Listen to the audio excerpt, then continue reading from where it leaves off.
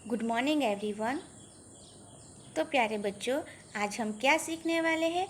आज हम सीखने वाले हैं व्याकरण। गुजराती में व्याकरण।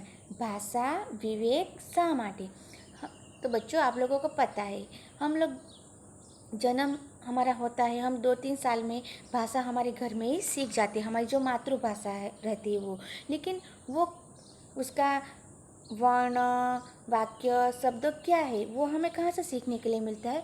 वो हमें व्याकरण से सीखने के लिए मिलता है। इसलिए व्याकरण सीखना बहुत ज़रूरी है। तो आज हम सीखने वाले हैं भाषा विवेक शा માટે। तो अभी हम देखेंगे भाषा विवेक की प्रस्तावना। तो अभी यहाँ संस्कृत में जो पंक्ति दी है वो अभी सुनो। व्याकरणत पदसिद्धिरेथण निर्णय भवति, अर्थात तत्वज्ञानत परम श्रेय। तो अभी उसका हम गुजराती मीनिंग समझेंगे कि व्याकरण थी पदनी सिद्धि थाय छे। मतलब कि जो व्याकरण रहता है उससे हमारी जो भाषा की सिद्धि रहती है वो तब से स्टार्ट होती है। पदनी सिद्धि द्वारा अर्थનો નિર્ણય કરી શકાય છે। અર્થનો નિર્ણય થતાં તત્વનો નિશ્ચય થાય છે અને તત્વના નિશ્ચયથી પરમ શ્રેયની પ્રાપ્તિ થાય છે।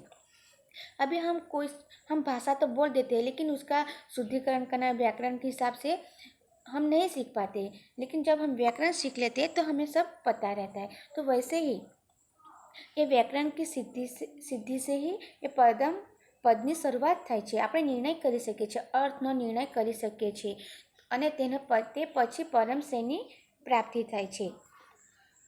तो अभी देखेंगे कि भाषा क्या है। तो भाषाનો एक काम शब्दों द्वारा विचार के भावનું संक्रमण करवाનું। तो भाषा का भी काम रहता है। तो भाषा का काम क्या है कि शब्दों द्वारा जो हमारे विचार है, हमारे भाव है, उसका संक्रमण करना, इकट्ठा करना। भाषा विज्ञान तो आने भाषाનો एकमात्र काम माने છે। जो भाषा विज्ञान है तो वो भाषा का एकमात्र यही काम मानते हैं। अलबत्त भाषाનો આ प्राथमिक कार्य तो છે જ, इस उनका पहला स्टेप है। भाषा का पहला स्टेप क्या है कि शब्दों द्वारा, विचारों द्वारा जो भावનું સંક્રમણ કરવાનું। અને હવે આપણે જોઈએ કે ये उसका प्राथमिक कार्य है અને આ प्रक्रिया કેમ થાય છે તે व्याकरण समझावे છે। तो अभी ये प्रक्रिया कैसे होती है, क्यों होती है, वो हम कहाँ से सीखेंगे? व्याकरण से सीखेंगे। इसलिए व्याकरण सीखना बहुत ज़रूरी है। अक्षर, अभी हम लोगों को पता है इसे अक्षर कहते हैं। शब्द किसे कहते हैं? 2 या 2 से ज़्यादा समूह को हम क्या बोलेंगे? वर्णों को शब्द बोलेंगे। और वाक्य किसे बोलेंगे? 2 या 2 से ज़्यादा शब्दों का जो वाक्य बनेगा उसे हम वाक्य बोलेंगे।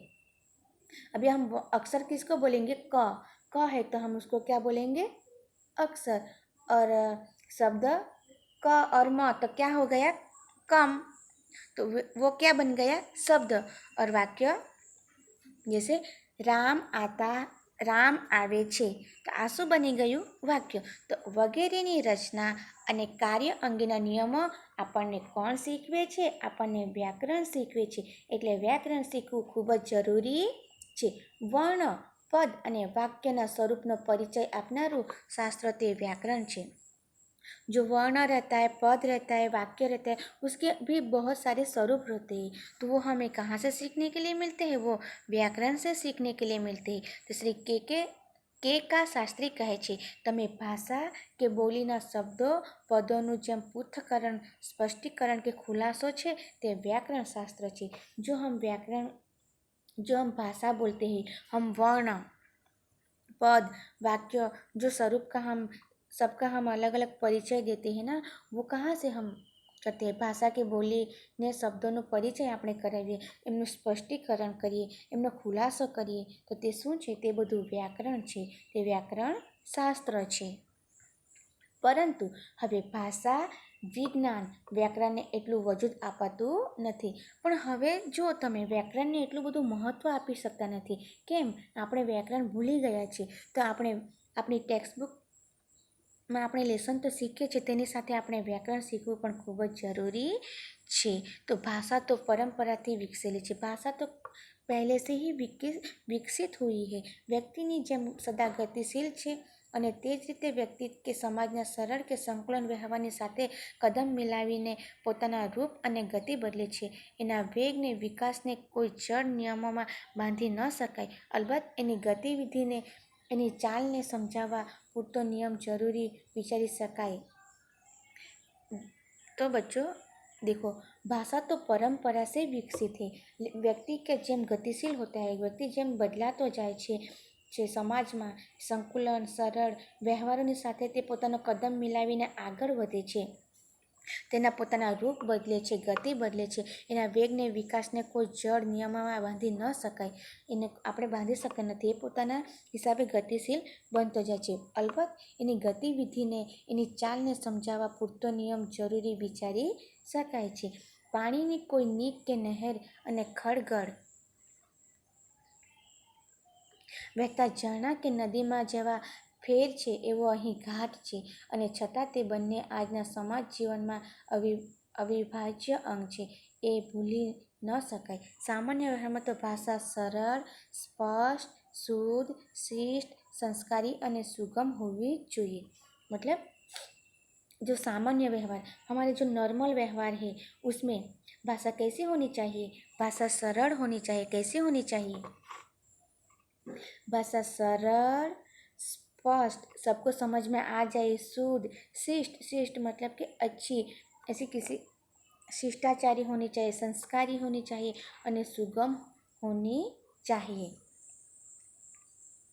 સર્જનની પાંખે ઉડતો સાહિત્ય સર્જક કે અદાલતની ઓહોપોહમાં લાગેલો તત્વોનું તૂટપણું ટીપનારીઓની વાત જુદી છે. ભાષામાં વ્યાકરણ શીખવાની જરૂર ખરી છે. ભાષા તો આપણે બોલીએ જ છીએ. जो भाषा, बच्चों आप लोगों को पता है, हम लोग भाषा हमारे घर से ही सीख लेते हैं. जब हम स्कूल में भी नहीं आते, जब हम 2 या 3 साल के बीच में हम भाषा सीख लेते हैं, क्योंकि हमारे आसपास, हमारे परिवार में, हमारे फैमिली में जो मातृभाषा बोली जाती है वही हम सीख जाते हैं. लेकिन व्याकरण सीखना क्यों जरूरी है? क्योंकि हमें वो वाक्यों, वर्ण, शब्दों की जानकारी देता है. शुद्धिकरण, स्पष्टि, संस्कारी, सुगम, हमें भाषा कैसे बोलनी चाहिए वो हम व्याकरण से सीख मिलती है. वैसे देखो, जन्म પછી ટૂંક સમયમાં ઘરમાં તેમજ આજુબાજુના વાતાવરણમાંથી બાળકો કાન અને આંખની મદદથી માત્ર 2.5 થી 4 વર્ષની આયુમાં ભાષાની બધી ગતિવિધિ સમજી भाषा बोलता सीखे छे. देखो, हमारे आसपास के वातावरण से, हमारे घर के माहौल से बच्चे सीख लेते हैं. वो 4 साल तक तो सब सीख लेते हैं. સામે વ્યક્તિઓને એના બોલવાનો અર્થ પણ સમજાઈ જાય છે. તો પછી વ્યાકરણના નિયમો શા માટે? देखो, हम लोग जो भाषा बोल देते हैं 2 से 4 साल के बच्चे, वो हम खुद समझ जाते हैं, सबको समझ में आ जाता है. तो व्याकरण सीखना क्यों जरूरी है वो आज हम बताएंगे. तो આ અંગે જોસેફ વાન સામરન ટેલરે વ્યાકરણના પોતાના પુસ્તકની પ્રસ્તાવનામાં એ માર્મિક વાત કરી છે કે जो एक जोसेफ है ना, उसने लिखा है व्याकरण के पुस्तक में कि गुजराती तुम्हारी जन्म भाषा संस्कृतनी पुत्री छे. गुजराती बच्चों, आप लोगों को पता है गुजराती कहाँ से आई है? गुजराती वो संस्कृत भाषा है ना, वहाँ से उत्पन्न हुई है. वो संस्कृत की बेटी है. પોતાની માતા સાથેનો એનો કેવો સંબંધ છે તે ન જાણશો તો એના ખરા રસનો સ્વાદ નહીં જ ચાખવાનો અને એના અધિકારની સત્તા નહીં સમજવાનું તમને મળશે. मतलब कि हम जो व्याकरण नहीं सीखेंगे तो गुजराती का क्या अर्थ है, गुजराती का क्या स्वाद है, उसका क्या अधिकार है, वो हम नहीं समझ पाएंगे. इसलिए हमें व्याकरण सीखना बहुत ज़रूरी है. કવિની ઉત્કુંઠ કલ્પનાને અર્થ કેટલીક મધુર વાણી, વક્તાની મનોહર ભાષાને અર્થે કેટલાક અલંકારના ભંડારો, તત્વત્વાને અર્થે કેટલીક સૂક્ષ્મ ભેદની સંજ્ઞા, ધર્મબોધક ઉપદેશ અર્થ, સત્ય સૂચક, અસત્ય વાચક કેટલાક વચનો, રાજ્ય નિયમ સ્થાપકો અર્થ કેટલાક વ્યવહારિક પદો, ઇતિહાસ લેખો અર્થે કેટલીક સર્વવાચક સામગ્રી, નાટકમાં રંજક, મિત્રોચ્ચારમાં મિષ્ટ, વ્યાપારમાં ઉપયોગી, ઘરમાં બાળભાષણ ઇત્યાદિ વિવિધ વલણ ગુજરાતીમાં કયા કયા પ્રકારનું છે તે મૂળ ભાષા સાથે ખરા संबंधने ज्ञान बिना केम समझो। मतलब बच्चों, हम लोग घर में हमारी भाषा सीख लेते हैं, लेकिन जो हमारे समाज में चलती है वो उनके साथ कदम मिलाने के लिए हमें व्याकरण सीखना बहुत ज़रूरी है।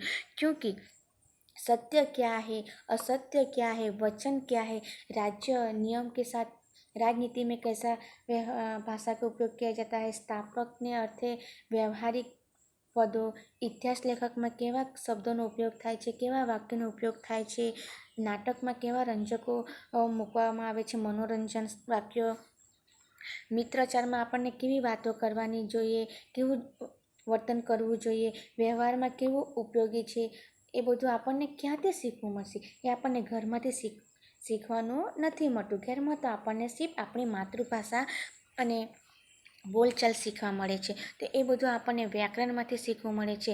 એટલે એના ખરા સંબંધ જ્ઞાન આપણે એમાંથી જ મેળવી શકીએ. એટલે વ્યાકરણ શીખવું ખૂબ જ જરૂરી છે. આમ હોવા છતાં આ કોઈ વ્યાકરણ ગ્રંથ નથી. રાજ્યના ભાષા નિયમ તરીકે ઘણીવાર ભાષાના ક્ષેત્રે આપસી પ્રવૃત્તિ કરો છો અને કરવા ધારો છે એવા પ્રશ્ન ઉચ્ચ સત્તાધિકારીઓથી માંડી સામાન્ય માનવીઓ સુધી ઘણા મને પૂછે છે, ત્યારે વિનમ્રપૂર્વક પણ મક્કમતાથી મારે કંઈક આવો જવાબ આપવાના થાય છે. कवि बता रहा है, यहाँ कवि है ना, वो बता रहा है कि सब लोग मुझे व्याकरण के ग्रंथ से पूछते कि राज्य जो राजनीति है उसमें कैसे नियम लगेंगे, भाषा क्षेत्र कैसी प्रवृत्ति होगी, सत्ताधिकारियों सब और सामान्य मानवी सब पूछते हैं. सत्ताधिकारी से लेके राजनीति के टीचर सब उसमें सब ए टू जेड आ जाते हैं कि जो व्यापार वाले हैं वो सब पूछते हैं कि આ વ્યાકરણના ગ્રંથમાં એમની ભાષા કેવી હોય. माँ અને मातृभाषा माटे जे करिए ते ओछू छे. मतलब कि जो हमारी माँ है और माँ जो हमारे घर में बोली जाती है वो भाषा को क्या बोलेंगे? हम मातृभाषा बोलेंगे. तो રાજભાષાના ક્ષેત્રે મારી મહેચ્છાઓ તો આભે પૂગે એટલી છે. લોકશાહીમાં માતૃભૂમિ અને માતૃભાષાની સેવાના સનાતન યજ્ઞો સતત ચાલુ જ રહેવા જોઈએ. આપણાથી બને તે અધૈર્ય આપી છૂટવાનું, પૂરી ભક્તિથી, પૂરી નિષ્ઠાથી, પૂરી श्रद्धा मतलब कि जो हमें बनेगा वो हमें लोकशाही, जो हमें सेवा सनातन यज्ञ सतत चालू रहेंगे, उसमें हमारा जो निष्ठा रहेगा, हमारी भक्ति पूरी लगन से हम अपना कार्य करेंगे. आ कार्य पेढ़ीगत છે, પેઢીગામી છે. ભાષા પવિત્ર અને ચિરંતન જ્વાલા છે. ભાષા એક પવિત્ર है, चिरंतन ज्वाला है. લોકોને એ જ ઉષ્મા અને ઉજવાળા આપે છે. जो पब्लिक है, पब्लिक को वही एक उष्मा उजाला की तरफ ले जाती है, रास्ता राह दिखाती है. आ काम मात्र कोई सरकारी कचेरी के ग्रांट लई जीवती संस्थानो नहीं, आ तो प्रजा की यज्ञ है. मतलब कि ये कुछ सरकारी से हमें मिलने वाले नहीं है, कुछ कचेरी ग्रांट में से. वो तो नियम है भाषा का, संस्कृत व्याकरण का, वो हमें सीखना चाहिए.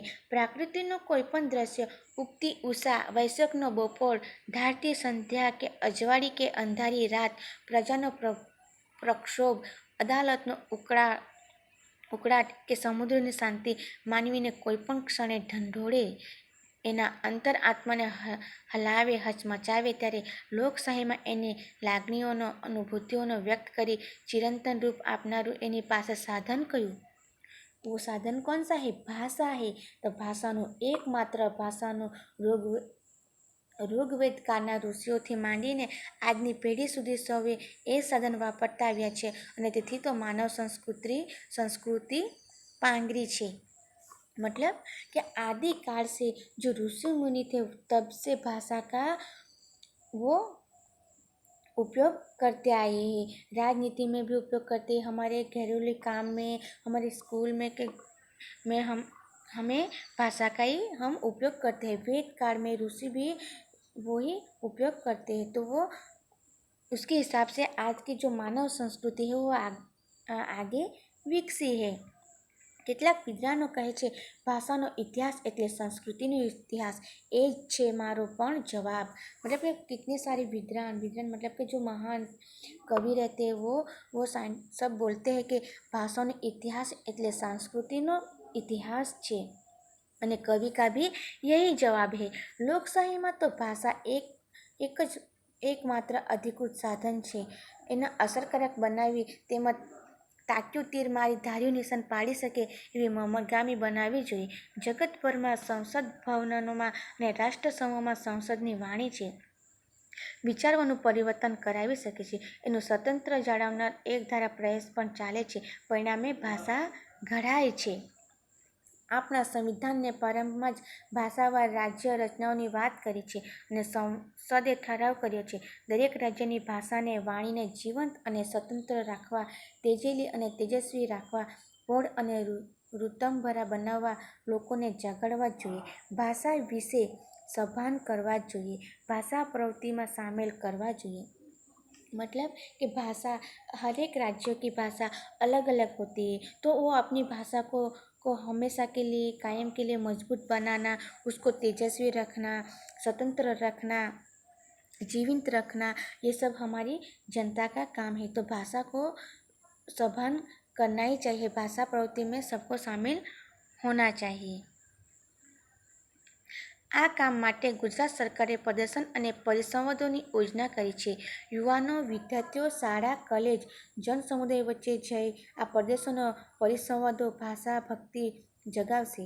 આપણી ઉણપ અને અધૂરી યાત્રા વિશે વાતો કરશે।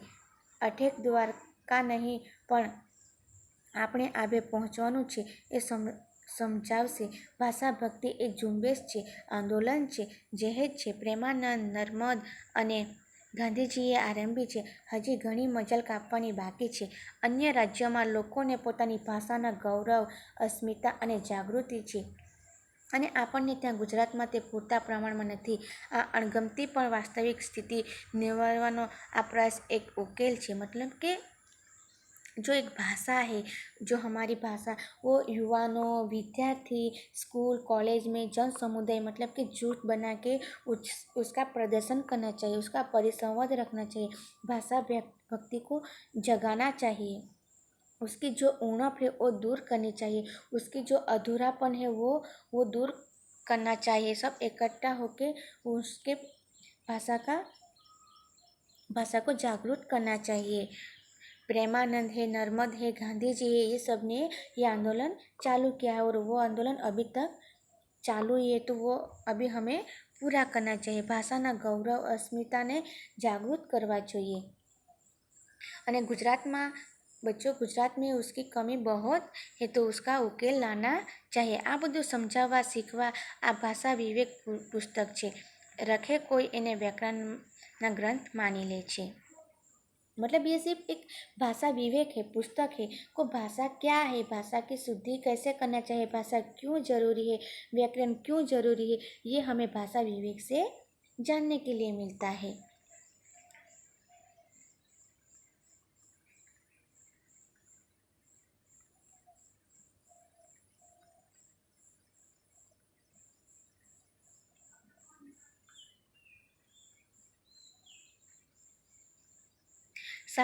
સાહિત્ય ક્ષેત્રે તો અનેક સર્જકો એમની સર્જન પ્રવૃત્તિના નવા યુગમાં ઓવાણા લઈ રહ્યા છે, પણ વહીવટી જંગલનું શું? વહીવટી ગૂંચવાડા ભરી કલિષ્ટ કૃત્રિમ અંગ્રેજીના વાવરા અનુકરીને લહેકા અને લઢોણાવાળી ભાષાની કાયા પલટ કર્યા છૂટકો। આ પુસ્તક તે દિશામાં થયેલો એક પ્રારંભિક પ્રયાસ છે। જેમ જેમ દિશામાં લોકશાહી જીવન ખીલશે તેમ તેમ ભાષામાં પણ એમનો પમરાટ ઝીલાશે।